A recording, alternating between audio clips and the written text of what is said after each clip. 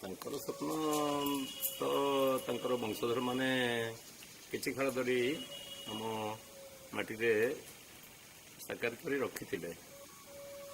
ଯାହା ଆମେ ଜାଣିଛୁ 1980 ମସିହା ପର୍ଯ୍ୟନ୍ତ ପ୍ରାୟ ତାଙ୍କର ଜନ୍ମ ମାଟିରେ ନାଟକ ମଞ୍ଚସ୍ଥ ହେଉଥିଲା।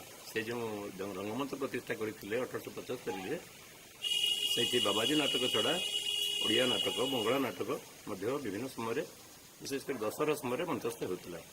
କିନ୍ତୁ ଯାହା କାଁ ଭାଁ ଚାଲିଥିଲା 1875ରୁ 1999ର ମହାବାତ୍ୟା ପରେ ତାଙ୍କ ପ୍ରତିଷ୍ଠିତ ରଙ୍ଗମଞ୍ଚ ନଷ୍ଟ ହୋଇଗଲା। ସେ କାଳର କରାଳ କବଳରେ ତାହା ପ୍ରାୟ ଧ୍ୱଂସପ୍ରାପ୍ତ ହୋଇଗଲା।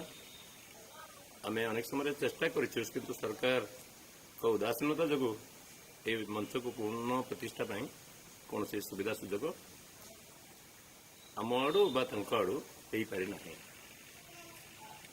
କିନ୍ତୁ ମୂଳ କଥା, ମୁଁ ଗୋଟିଏ କଥା କହିବାକୁ